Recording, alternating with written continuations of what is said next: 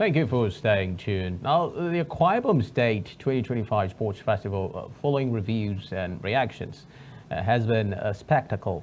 Onlookers say it was full of color, competition, and local pride. But big questions remain. Will the medalists get coaching, scholarships, and pathways to national teams? Other questions, of course, will have us talking about how the state will institutionalize grassroots sports and sustain facilities.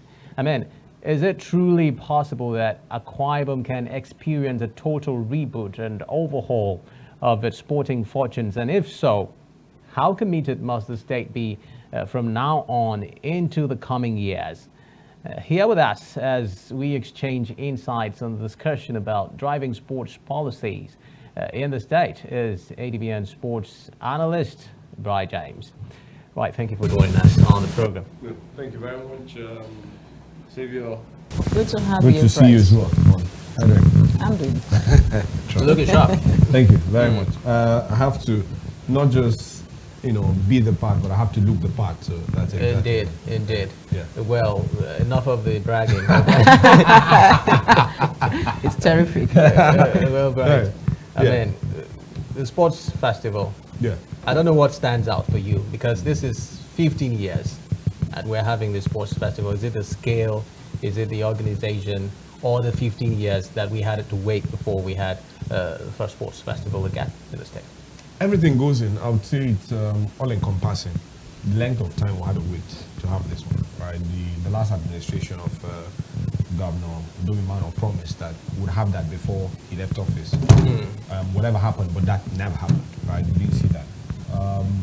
This has come. Let's talk about the now. Let's leave the past. All right, and it's here and it's talked about. Why is it talked about? It's not just about jamboree. All right, for the first time in a long while, we've seen local governments, the third tier of governments, meaningfully engaging in sports development. Before now, it's been about the federal government and the sports structure. It's about the state government and the state structure, right? But now, for the first time in a long while, the local government, the third tier, are being empowered with the necessary tools to also contribute their own quota to sports development.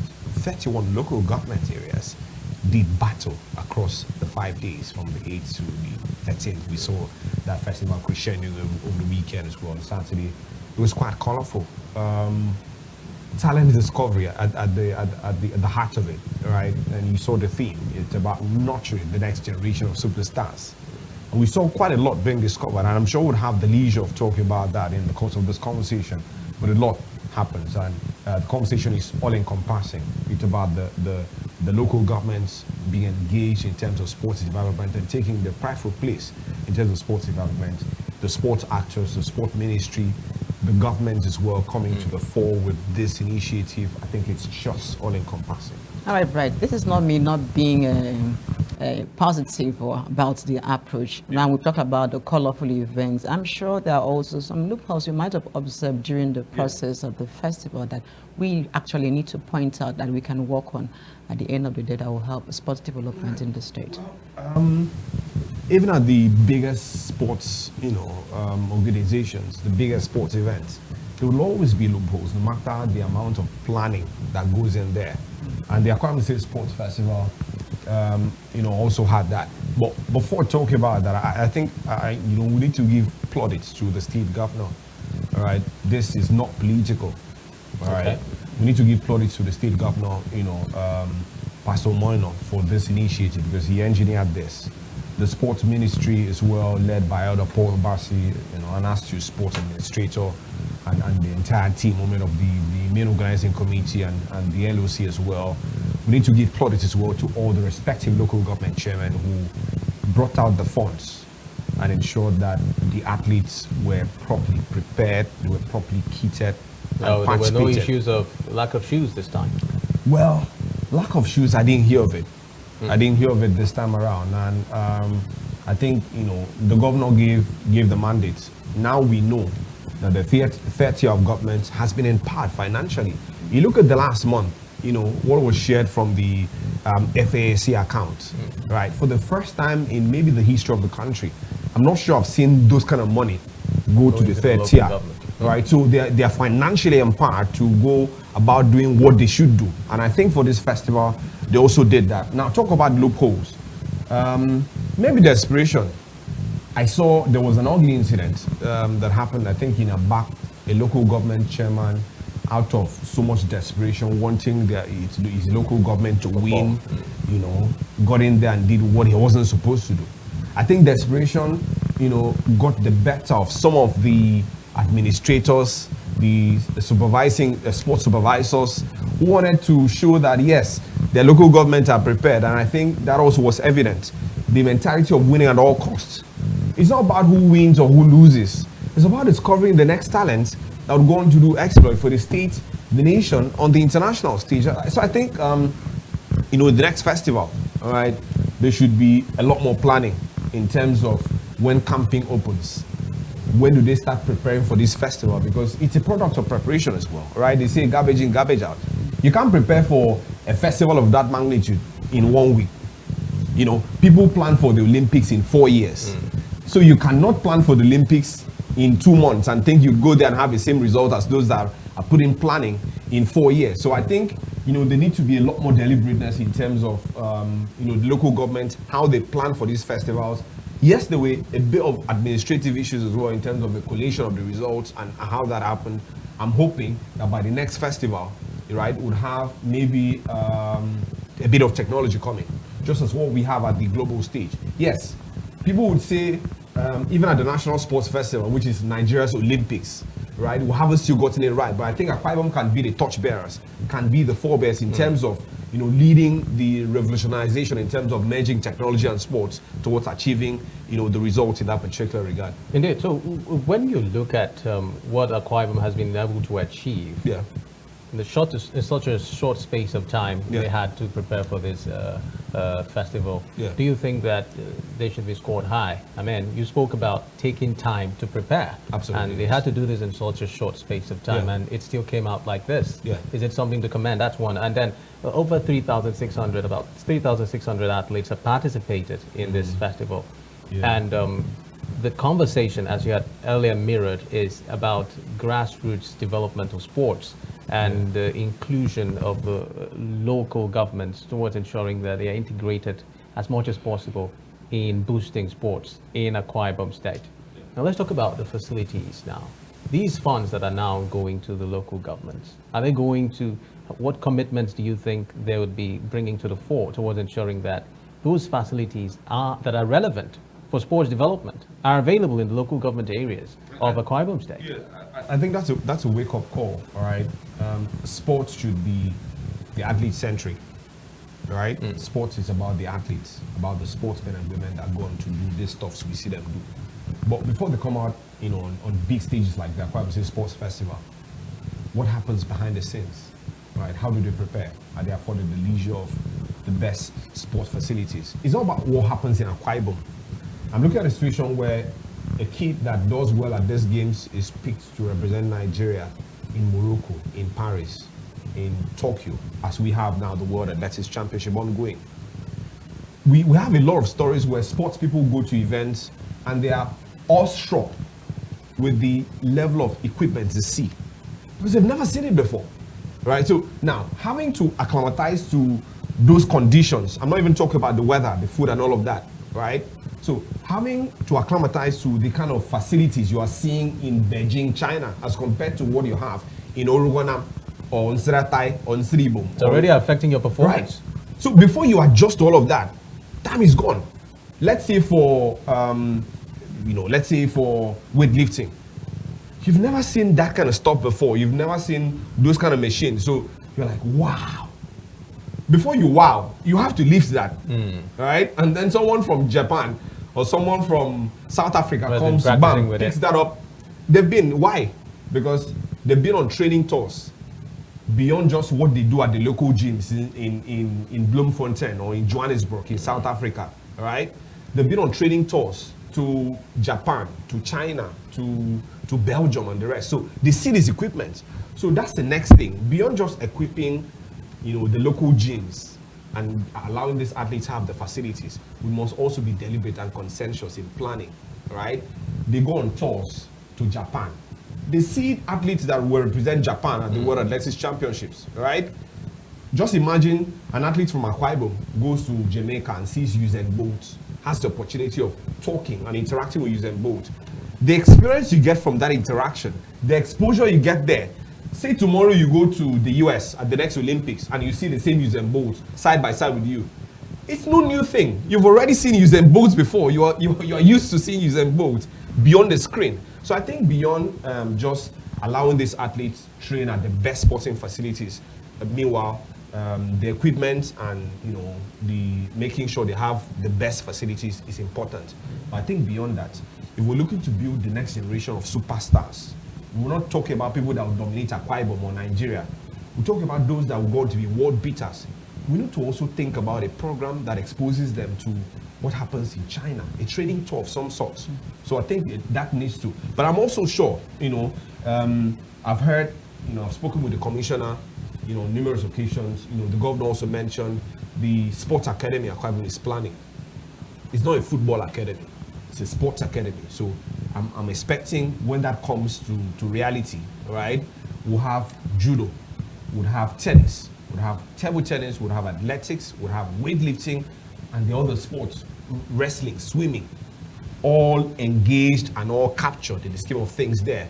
Then we can really talk about deliberately raising the next superstars from Akwa Ibom to the world. Let's talk about the facilities.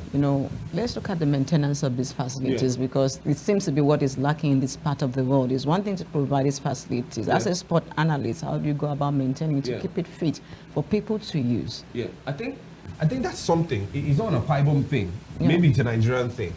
Right? Only Nigerian, it could be an African thing. Well, it's Nigerian because I've seen the stadiums in South Africa. They hosted the World Cup in 2010. Some of those stadiums, a lot of them are still in top-notch shape as we speak. Why? And how are they doing that? Beyond the World Cup, they handed over these stadiums to local clubs to play football there and to maintain those facilities because they lay dormant, right? Anything can happen. They would go to waste. It's the same thing we talk about with the National Stadium in Abuja, all right? How many times do we have events hosted there? If they're not used, like the camera we're enjoying now, imagine you pack up this camera for 1 year and then you unfold them after 1 year. You can't quite say it will be in the same condition, right? So beyond building sports facilities, we must meaningfully engage and maintain them. A case study very close to us, the magnificent Gospel Power International Stadium we celebrate now. Big plaudits to successive administrations. Now Senate President Chief Dr. Gospel Akpabio, he dreamt of that and made that a reality. But we need to give plaudits to Udom Emmanuel. His administration came in and they maintained that facility. Governor Moyna has come in and they maintained that. That's why the Super Eagles play there. That's why it's the only CAF and approved FIFA stadium in Nigeria. Because of the deliberateness that successive administrations are putting into maintaining, beyond just appreciating that, they've made sure that this stadium is maintained, kept at top notch, is engaged. Akwa United, before being relegated to the NL, they played there. The Super Eagles play there. Athletes train there. So you maintain the facility. But you go to what's happening at West Sitam. It was built among the 12, federal constituency sport projects Governor Udom Emmanuel promised. He did one there, maybe he did another in Eket, and that was it. I don't know what happened to the rest of the 10. But that's not a conversation for today, right? And the sports facility in West Sitam, before the festival, we'll have to go there and touch a few things. Maintenance culture. People need to own it. It's not just about government, Savior. We sit here every time and we say government lacks maintenance culture, government is not doing this, government is not doing that. The necessary But it partnerships spreads across. will come Now, in. before we leave in a few seconds, I think the people need to own it. The athletes who's training these facilities need to own it. Who is government? Government is the people. We just select representatives to go there and represent us, but we're part of government. So until we stop looking at these things as a government project and own it as our own project, we'll continue to see dilapidated structures and dilapidated facilities, even when huge amount of money has been sunk into investment and ensuring we build these facilities. Well, I find the theme for this particular festival interesting. It's nurturing talents, promoting tourism. Yeah. But when you look at it, do you think this festival reflected that theme in practice? Now, you'd also know that Akwa Ibom has not been performing really well when we talk about competitions of this nature. Yeah. Do you think that moving forward, if this momentum is maintained, we're going to be discovering really interesting things about We've Akwa already Ibom and discovered that. competitions. We've already discovered that. I'll tell you why. And you said, Now, you said something about within- the kind of figures that have been discovered in absolutely. this, Now, in this training. within the short span, right, of this administration, the Akwa Ibom participated at the National Youth Games less than a month ago, right? The governor received the athletes, at the closing ceremony. Akwa Ibom finished 7th out of 37, 36 states plus the FCT that participated. So we're better than 30 states. And that's a massive improvement. That's the best we've had in the last 15 years we've participated in National Youth Games, right? So when we talk about nurturing and discovering next talent, it begins there, the National Youth Games. And those superstars we discovered there, bulk of them represented their local government at this festival. The return gold, Chalk, for instance, in so Frank won 5 gold medals for it too, right? Across the 100 meters, 200 meters, 400 meters, 4x100 meters, and the mixed relay as well. We talk about Jacinta Andrew, won 6 gold medals across the 100 meters, 200 meters, 400 meters, 4x100, 4x400, and then the 4x400 meters mixed relays, right? So the fruit is already here. We're not talking about 4, 5, 6, 7 years from now. It's already here. What about the tourism future is aspect here. of it? Tourism. Well, can you imagine the amount of people that have entered these states just to come and watch that? I spoke with an Akwa Ibomite that is based in Abuja. He said he's heard so much about the games. I just came back to see what it looks like. He's a sport person, right? He loves sports. Now told me about the interaction he had with Imabon. Imabon was discovered at a similar initiative like this, back in the days, right? And then said he was very proud. Met Imabon at the airport in Lagos, right? Imabon was going to the US then, and coincidentally, he was also flying out to the US, and he was very proud. They were there at the airport. They spoke in the local dialect, Ibibio, and it was one of the best experiences he's had since meeting James Itoebe, who played from Akwa Ibom, played at the national team a couple of years ago, right? Now, let's also talk about the economic potential. Do you know, across the centers we had, how many people are selling, how much money they've made? These athletes had to be fed. People are cooking those meals, right? Hoteliers, hospital, accommodation facilities. Some of them lodged there. Do you know what it means for the economic fortunes of Akwa Ibom within the short span? So it's all encompassing. Yes, right. That's why when we talk about the investments and the gains from this festival. Oh, right. That takes me to, we're still dwelling on tourism now.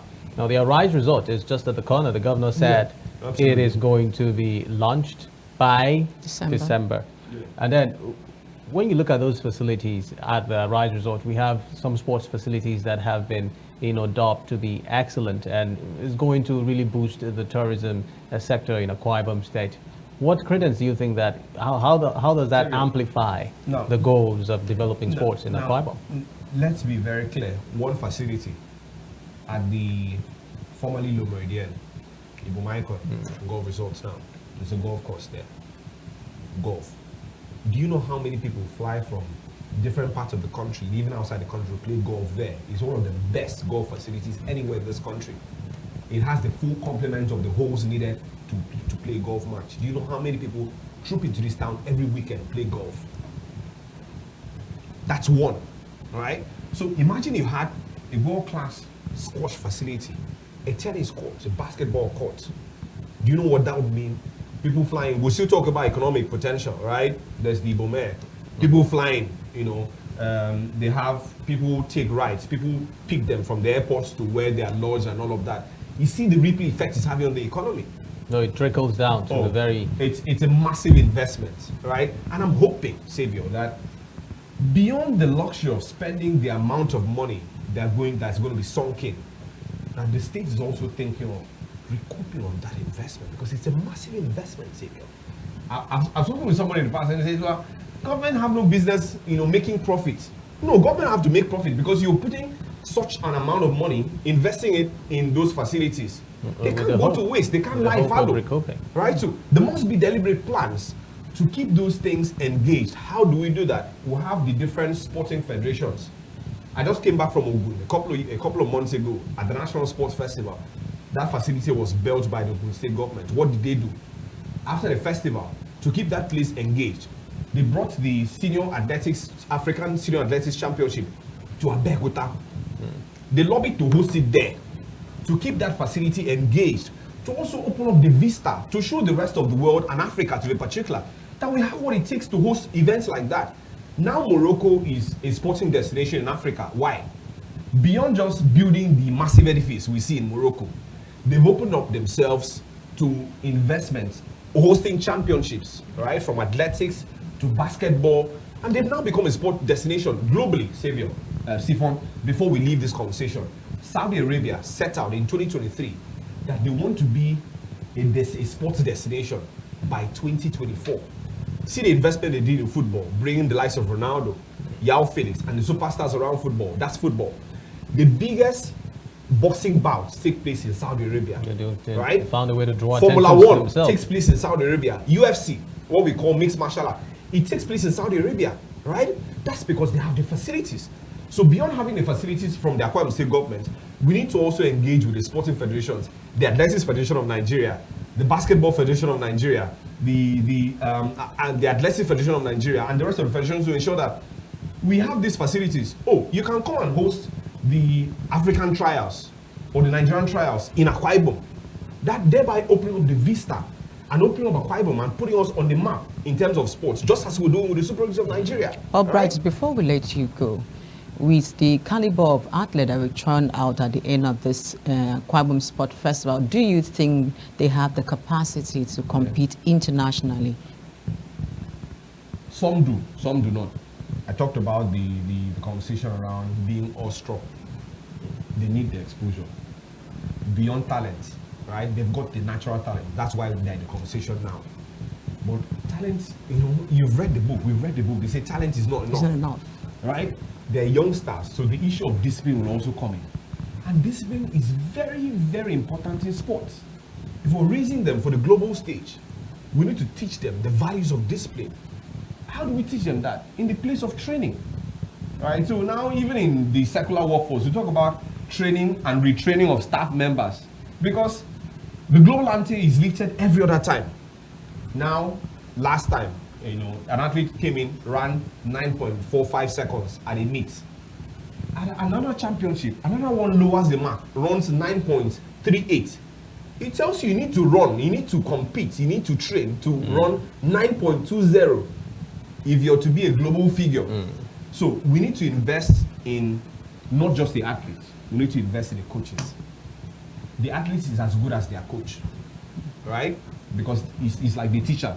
You're as good as, you're a product of your teacher, right? So if the teacher is not good, if he's not knowledgeable, skilled enough, what do they transmit to you? So I think we need to, beyond the athletes, we need to think of the coaches as well. The coaches need to be trained and retrained so that they can impart that knowledge on these youngsters we're raising, not just to become superstars in Akwa Ibom or Nigeria or Africa, but the global stage. All right, Brian James, one last shot as we head for the road. Now, Governor announced the readiness for inter-school Massive. Sports and annual inter-school sports festivals. Yeah. We grew up knowing these things to Absolutely, happen. yes. But then over time it Fizzled. dwindled. Yeah. Do you think that this is also very, very credible? That is the bedrock. That is the foundation, right? And in sports, as we see in every other facet of the economy, the goal is to catch them young, right? Now we talk about football, age cheats and all of that. If they would, imagine Ronaldo and Messi, the superstars we celebrate now. What age did they start the football? At 13, at 7, they're already there. At 15, Lamine Yamal. At 15 became a sensation, global sensation. So we don't have to wait till they are 20 and 30. Sport is a very short span, right? So going back to the basics, school sport, I think it's a proper investment, but we don't have to politicize that, right? Schools have to ensure that the athletes with the right age are brought in to compete. Let's avoid wanting to win. To say, oh, West Ham won this, or we high school won this, right? An 11-year-old is competing against 5-year-olds. He would win because he's got more energy. Let's be fair, all right? Let's discover them young and go on to do great stuff. Now, the governor said inter-school sports, and he's talked about the sports ministry. They should start planning now for the next year's Akwa Ibom State Sports Festival. There's a roadmap. So 1 year planning, I think it does a whole lot. But there should also be a mandate to the the local government, right? The sports people they've discovered this competition. Because they've won, you're done with them. Keep tabs, continue training them, investing in them. So the next festival comes, we're expecting most things. Right, James, we'll have to go. Thank you very much for speaking to us, ADBN sports nice. analyst. We're hoping we'll continue to look at the sports fair and see how these lofty visions will come We to love these conversations. bear. We should have Thank you this very more. much for your time, Bright. Thank you very much, James. So we'll leave the discussion here. We'll catch you again tomorrow for another fresh edition of the program Niger Delta Today. My name is Xavier Robert, wishing you a terrific afternoon. Stefan. And I am Sifon Ode. Do have a splendid day. Good afternoon.